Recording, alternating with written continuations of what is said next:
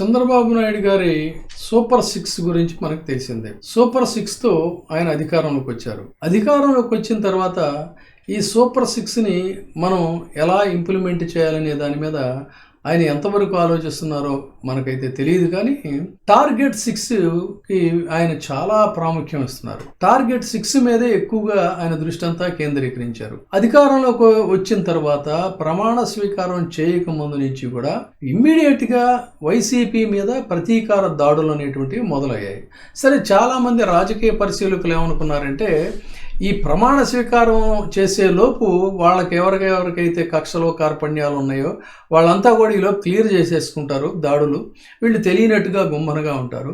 ప్రమాణ స్వీకారం అయిన తర్వాత అబ్బాయి అలాంటి లా అండ్ ఆర్డర్ని మేము ఎప్పుడు కూడా డిస్టర్బ్ అవనివ్వం, చాలా జాగ్రత్తలు తీసుకుంటాం, మాకు ఎవరైనా కూడా ఒకటే అని ఆయన ఒక స్టేట్మెంట్ ఇచ్చి ఈ గొడవలను అంతటితో నిలువరిస్తారని చెప్పి అనుకున్నారు. కానీ ఆశ్చర్యకరమైనటువంటి రీతిలో తదనంతరం కూడా ఈ గొడవలు జరుగుతూనే ఉన్నాయి. అనేక మందిని వెంటపడి వేటాడి మరీ వెతికి పట్టుకొని మరీ కూడా దాడులు చేస్తున్నటువంటి సందర్భం ఉంది. అదేవిధంగా వైసీపీ కార్యాలయాన్ని హుటాహుటిన ఎవరైతే తమ పార్టీ కార్యాలయం మీద దాడి చేశారో అటువంటి ఈ వైసీపీ కార్యాలయాన్ని నేలమట్టం చేయాలి అనేటువంటి దీంతో కేవలం గంటల వ్యవధిలోనే, అంటే అటుగా రోజు ఆయన వెళుతూ ఉంటారు కాబట్టి అది తన కంటికి కనిపించడానికి వీలు లేదని చెప్పని మొత్తంగా వైసీపీ పార్టీ కార్యాలయాన్ని, కన్స్ట్రక్షన్లో ఉన్న కార్యాలయాన్ని గంటల వ్యవధిలో పూర్తిగా నేలమట్టం చేశారు. పార్టీ కార్యాలయాన్ని నేలమట్టం చేయడంతోనే అయిపోయిందంటే కాదు, మొత్తం పార్టీ వ్యవస్థని కూడా నిర్వీర్యం చేయాలి. నిర్వీర్యం చేయటమే కాదు, అవసరమైతే నిర్మూలించాలి అనేటువంటి దాని మీదే ఆయన ఒక సూపర్ 6 లాగానే టార్గెట్ 6 అనేటువంటి దాన్ని పెట్టుకున్నారని టీడీపీ వర్గాలే కొంతమంది వ్యాఖ్యానిస్తున్నారు. ఏమిటి ఈ టార్గెట్ 6 అంటే వైసీపీ క్యాప్టెన్ జగన్మోహన్ రెడ్డి గారిని అన్ని రకాలుగా కూడా ఉక్కిరి బిక్కిరి చేసి ఎక్కడా కూడా కోలుకునేటువంటి అవకాశం లేకుండా కోలుకోలేని దెబ్బ మీద దెబ్బ కొడుతూ ఇటు లీగల్గా కేసుల్ని మనం ఏం చేయాలి అనే దాని మీద అటు చేయటం, తర్వాత ఇటు అనేక రకాలుగా ఉక్కిరి బిక్కిరి చేయటం, ఆ పార్టీలో నుంచి కొంతమందిని తమ పార్టీలోకి లేకపోతే జనసేన పార్టీలోకి లాగేసేయడం, తర్వాత కార్యకర్తలను భయభ్రాంతులను చేసి వాళ్ళని చెల్లాచెదురుగా చేయటం, ఇవన్నీ కూడా ఒక జరుగుతున్నటువంటి ఇదే. మరి ఏమిటి ఈ టార్గెట్ 6 అని అంటే, first target number 1, Jaganmohan Reddy గారిని కోలుకోలేనటువంటి దెబ్బతీస్తా ఆ పార్టీని పూర్తిగా నిర్వీర్యం చేయటం అనేటువంటిది నంబర్ 1. అదేవిధంగా ఆ టార్గెట్ 6లో నంబర్ 2 ఏంటన్నట్లయితే విజయసాయిరెడ్డి గారి గురించి మనం చూసాం. ఆయనకి సంబంధించినటువంటి ఆస్తుల మీద వీటి మీద విశాఖపట్నంలో వాటన్నిటిని కూడా డిమాలిష్ చేయటం అవన్నీ చేస్తూ అక్కడితో ఆగకుండా ఆయన యొక్క వ్యక్తిత్వాన్ని కూడా హననం చేయాలి. ఆయన వ్యక్తిత్వ హననానికి ఏం చేస్తే బాగుంటుందనే దాని మీద చాలా కన్స్ట్రక్టివ్గా ఒక ప్లాన్ చేసి తద్వారా వాళ్ళ మీడియాలో చెలవలు పలవలు చేసి అత్యంత జుగుప్సాకరమైనటువంటి రీతిలో కథనాలు చర్చోపచర్చలు ఇవన్నీ జరిగితే ఆయన దీని మీద ఆ విధంగా ఒక అటెంప్ట్, కేవలం సింగిల్ అటెంప్ట్, ఇంకా లేవనడానికి వీలేదు, ఇంకా ఉంటాయని కూడా మనం ఊహించవచ్చు. అది ఒక అటెంప్ట్ జరిగింది. ఇక పెద్దిరెడ్డి రామచంద్రారెడ్డి గారు రాయలసీమకి సంబంధించి వైఎస్ఆర్సీపీకి మొదటి నుంచి కూడా, అంటే పార్టీ ఆవిర్భావానికి ముందు నుంచి కూడా ఒక తండ్రి స్థాయిలో జగన్మోహన్ రెడ్డి గారికి తన భుజాన్ని కాసి అక్కడ అన్ని రకాలుగా కూడా అండదండలుగా ఉన్నటువంటి వ్యక్తి ఎవరంటే పెద్దిరెడ్డి రామచంద్రారెడ్డి గారిని ఆయన పైగా ఇంకోటి ఏంటంటే చంద్రబాబు నాయుడు గారికి కూడా ఆయనకి రాజకీయంగా ప్రథమ ప్రత్యర్థి కానీ ప్రధాన శత్రువు కానీ ఎవరు అని అన్నట్లయితే ముందుగా గుర్తొచ్చేటువంటిది పెద్దిరెడ్డి రామచంద్రారెడ్డి గారు. కారణం ఏంటంటే వీరిద్దరికీ కూడా కాలేజీ డేస్ నుంచి కూడా ఉన్నటువంటి వైరం, ఈ రోజు ఉన్నటువంటి వైరం కాదు అది.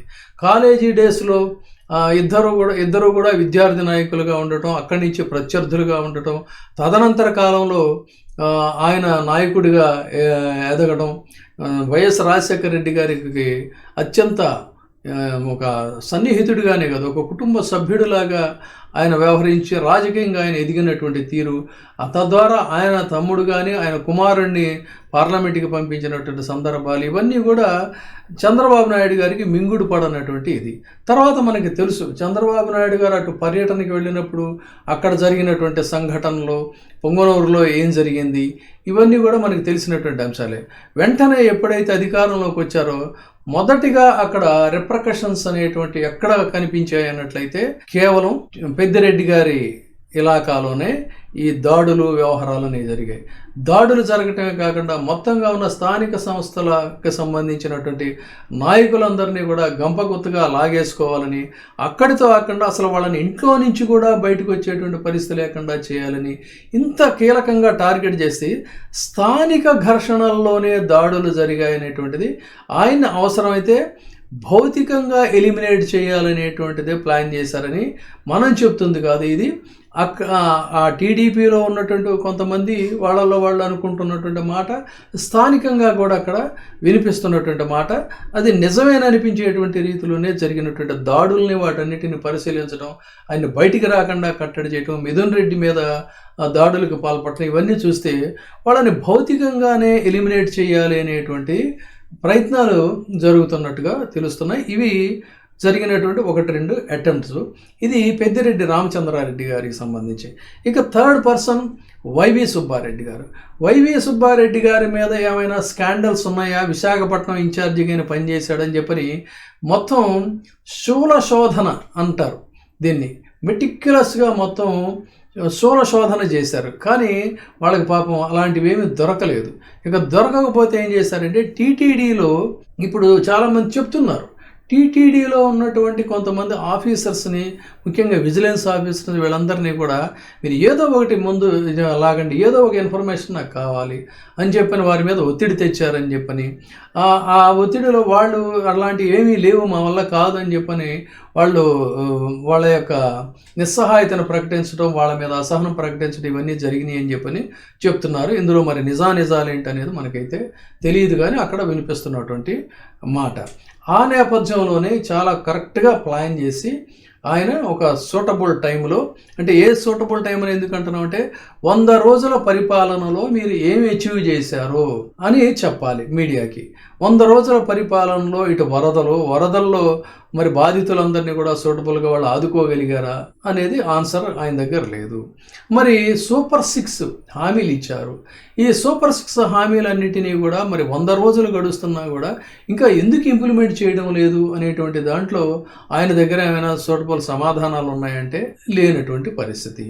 మరి ఇసుక దందాలకు సంబంధించి మళ్ళీ చాలా అనేకమైనటువంటి కథనాలు వస్తున్నాయి. సాక్షాత్తు వాళ్ళ పత్రికలు, వాళ్ళ మీడియాల్లో కూడా స్టోరీలు వచ్చినాయి, ఏబిఎన్ లాంటి దీంతో సహా. వాటికి సంబంధించి ఎవరైనా ప్రశ్నలు అడిగితే జవాబు చెప్పే పరిస్థితి లేదు. అందుకని సహజంగా ఏంటంటే ఆయనకున్నటువంటి అపార అనుభవంలో, ఆయన స్ట్రాటజీస్లో భాగం ఏంటంటే ఎప్పుడు కూడా ఇష్యూని, ఒక ప్రధానమైనటువంటి ఇష్యూ ఉంటే దాన్ని చాలా ట్యాక్ట్ఫుల్గా డైవర్ట్ చేయటం, దాని మీద ఒక పెద్ద సెన్సేషన్ క్రియేట్ చేయటం, అప్పుడు అసలు ఇష్యూ అనేటువంటిది వెనక్కిపోతుంది. అదే తరహాలో శ్రీవారి లడ్డూ ప్రసాదంలో జంతు విశేషాలు ఉన్నాయి అనేటువంటి దాన్ని ఒక బాంబ్ షెల్ విసిరారు. అది ఆ దెబ్బతో మొత్తం వైవి సుబ్బారెడ్డి గారి యొక్క వ్యక్తిత్వ హననానికి, ఆయన ఇమేజ్కి భారీ స్థాయిలో డ్యామేజ్ జరుగుతుందనేటువంటి ఆలోచనతోనే ఆయన మీద ఈ రకమైనటువంటి ఒక అటెంప్ట్ జరిగింది. నిజానికి ఇది సుబ్బారెడ్డి గారి మీద అటెంప్ట్ అనుకున్నారు, కానీ ఇది సాక్షాత్తు స్వామివారికి సంబంధించినటువంటి అంశం అనేది ఇక్కడ విస్మరించడం అత్యంత బాధాకరమైనటువంటి అంశం. ఆ విధంగా టార్గెట్లో ఉన్నటువంటి వ్యక్తి ఎవరు అని అంటే టార్గెట్ 4 సుబ్బారెడ్డి గారు.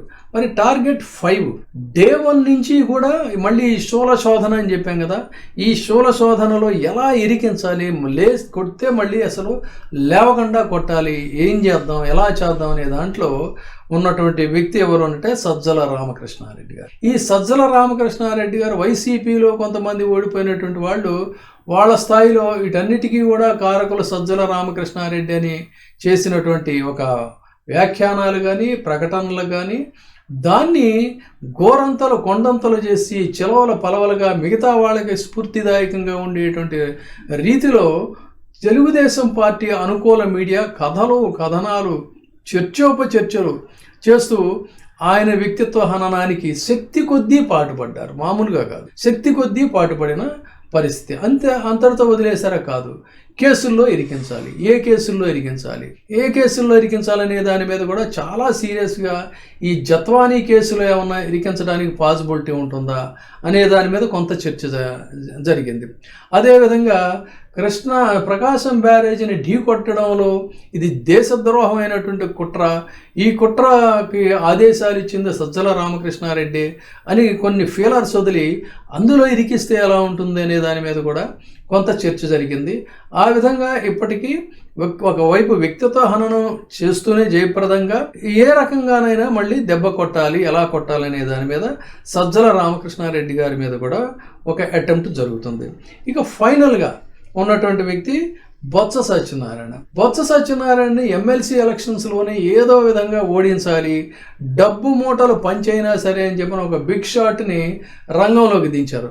కానీ రాజకీయాల్లో ఆరితేరినటువంటి వ్యక్తి, జిల్లా రాజకీయాల్లో పావులు కదపడంలో ఒకప్పుడు అతిపెద్ద ఆంధ్రప్రదేశ్కి కాంగ్రెస్ పార్టీకి పీసీసీగా చేసినటువంటి వ్యక్తి బొత్స సత్యనారాయణ. ఆయన ఇటు జగన్మోహన్ రెడ్డి గారు వీళ్ళందరూ కూడా సుబ్బారెడ్డి గారు చక్క పావులు కదపటం వల్ల అక్కడ క్యాండిడేట్స్ని బయటికి లాగే పరిస్థితి లేదు. అందుకని ఏం చేశారంటే ఈయన సంగతి తర్వాత చూసుకుందాం అంటే ఏంటి, ఇక్కడ ఈ టార్గెట్ ఏంటి అన్నట్లయితే ప్రయత్నం చేద్దాం. ఒకప్పుడు తనని బూతులు తిట్టినటువంటి కన్నా లక్ష్మీనారాయణ లాంటి వాడినే మనం లాగగలిగాం. అలాంటిది ఈయన పెద్ద విశేషం ఏం కాదు. కాబట్టి అదను చూసి ఒకవేళ పరిస్థితులను బట్టి జనసేనలోక కాంగ్రెస్ టీడీపీలోక లాగటానికి ఒక ప్రయత్నం చేద్దాం, కాదన్నప్పుడు ఏం చేయాలని ఆలోచిద్దాం. కాబట్టి ఆ విషయాన్ని పక్కన పెట్టి కూల్గా ఆలోచిద్దాం, ముందు వీళ్ళ సంగతి చేయాలని మొత్తంగా ఈ టార్గెట్లో ఈ 5 ప్రధానంగా, అంటే మిగతా వాళ్ళు లేరంటే ఉన్నారు, కానీ వాళ్ళ టార్గెట్ మాత్రం ఫస్ట్ ప్రయారిటీ జగన్మోహన్ రెడ్డి గారితో పాటు విజయసాయి రెడ్డి, పెద్దిరెడ్డి రామచంద్రారెడ్డి, వైవి సుబ్బారెడ్డి, సజ్జల రామకృష్ణారెడ్డి, బొత్స సత్యనారాయణ. ఈ రకంగా వీళ్ళని గనక పార్టీ కోసాలు కదిలిపోవాలి, ఆ మూలాల్ని పెకలించి వేయాలనేటువంటి లక్ష్యంతోనే ఇవన్నీ కూడా జరుగుతున్నాయి. దీన్ని జాగ్రత్తగా హేతుబద్ధంగా రాజకీయ స్పృహ ఉన్నటువంటి వాళ్ళు ఆలోచిస్తే వీళ్ళ మీద వచ్చేటువంటి ఆరోపణలు ఏంటి, వ్యవహారాలు ఏంటి అనేటువంటి దాంట్లో వాస్తవాలు బోధపడతాయి. మరి ఈ టార్గెట్ 6ని వీళ్ళు ఏ విధంగా ఫేస్ చేస్తారు, దాంట్లో నుంచి ఎంత నష్టపోయినా ఎంత కష్టాలు వచ్చినా ఏ విధంగా సర్వైవ్ అవుతారు అనేటువంటి దాన్ని కాలమే నిర్ణయిస్తుంది. ఇప్పుడే సబ్స్క్రైబ్ చేయండి, లైక్ చేయండి, షేర్ చేయండి. VTV ప్రైమ్, నీ ఉత్తమాభిరుచుల సమ్మేళనం.